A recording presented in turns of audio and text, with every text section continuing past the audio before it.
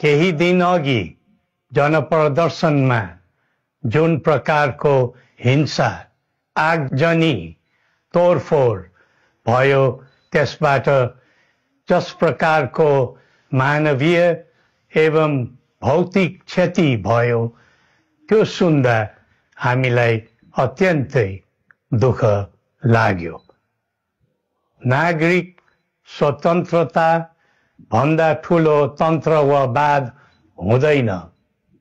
वास्तविक प्रजातन्त्र त्यहाँ हुन्छ जहाँ राम्रो नराम्रो जनगुनासो वा गुणगान सुन्ने परम्परा र संस्कार हुन्छ।